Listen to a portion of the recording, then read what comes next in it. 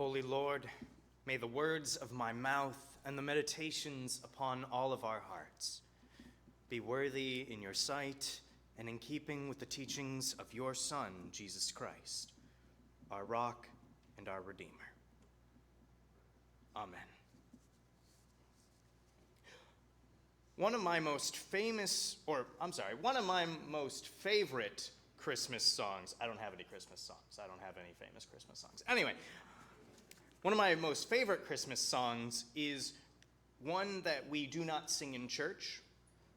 Not because it's not religious, it's because we don't have the rights to sing it. Mary, Did You Know is a beautiful, slow song where the singer asks Mary, the mother of Jesus, questions about what it is like raising Jesus and how much she did or didn't realize about him. As a fun, interesting fact, I have a relationship with this song. The song was written in the 1980s by a guy named Michael English, who at the time was a member of the Gaither vocal band. I'm distantly related to the Gaithers. Hold your applause. My great-grandmother was a Gaither. They're like my fourth or fifth cousins or something. What does that make this song and I? Absolutely nothing. Michael English wrote the song separate from the group, so I have no relation to it even a little. But it just goes to show how small the world is. What I find so interesting about this song is that it actually gets deeply into personal matters of faith that aren't brought up in our biblical text.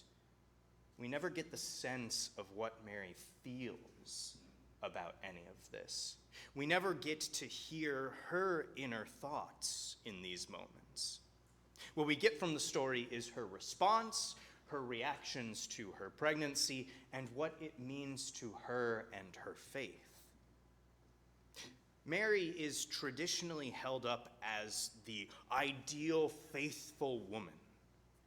She does not argue. She simply accepts what is happening to her with faith.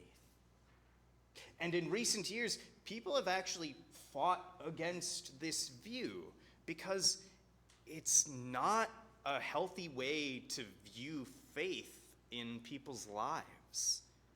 Not all women should just accept their place and the things that happen to them. That's not what the Gospels are about. Mary actually does say some things about her faith and how she views the birth of Jesus, and it is not the meek and mild form of faith that just accepts things. First off, I do want to point out that Mary does have some concerns. While she doesn't argue with the literal angel standing in front of her, she does question about how it's even possible for her to be pregnant. Notice it's only after the angel tells her that her relative Elizabeth is also pregnant with God's help that Mary actually agrees. Though it's never stated, it could be argued that Mary was in fact uncertain or anxious with the idea of bearing an unknown child, which honestly makes her a lot more relatable. Not many of us are unflinching saints in the face of uncertainty of what God has in store for us. Mary, the ideal faithful woman, is no different. She isn't unfeeling or above it all. She could very well be scared. The difference is she pushes through it to do God's will. That is what makes her faithful. Another traditional idea is that Mary is chosen because she has these particularly pious virtues that make her qualified to be the mother of Christ. But that isn't in the text either. Nowhere is it stated that Mary is chosen to be the mother of Jesus because she's faithful or submissive to God's will.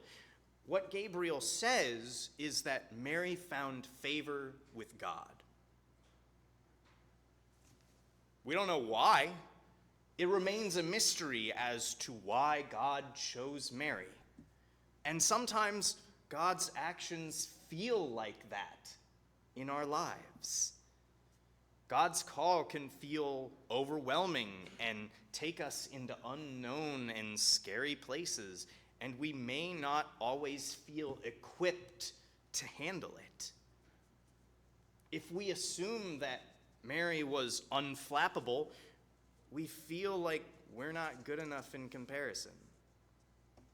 But in all likelihood, Mary was probably just as overwhelmed and uncertain.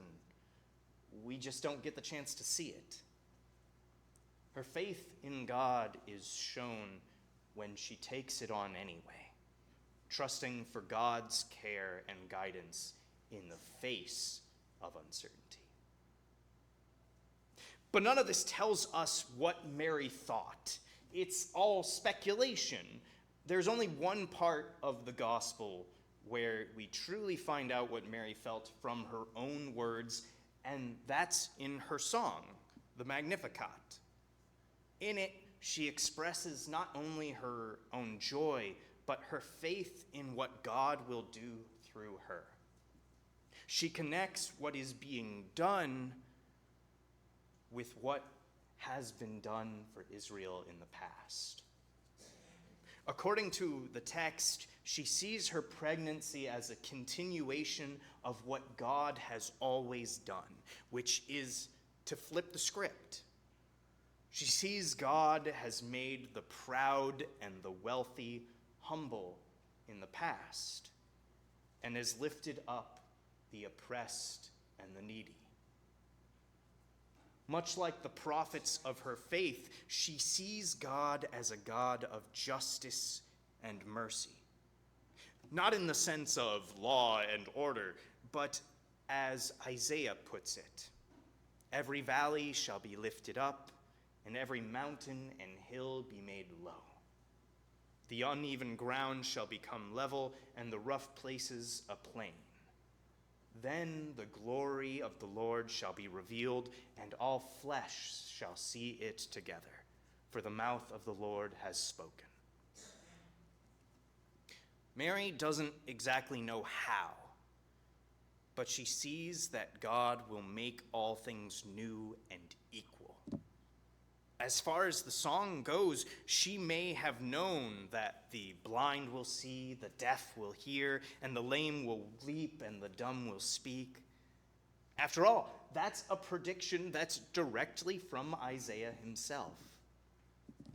Then the eyes of the blind shall be opened, and the ears of the deaf shall be opened. Then the lame shall leap like a deer, and the tongue of the speechless sing for joy. We sit in a similar place in Advent.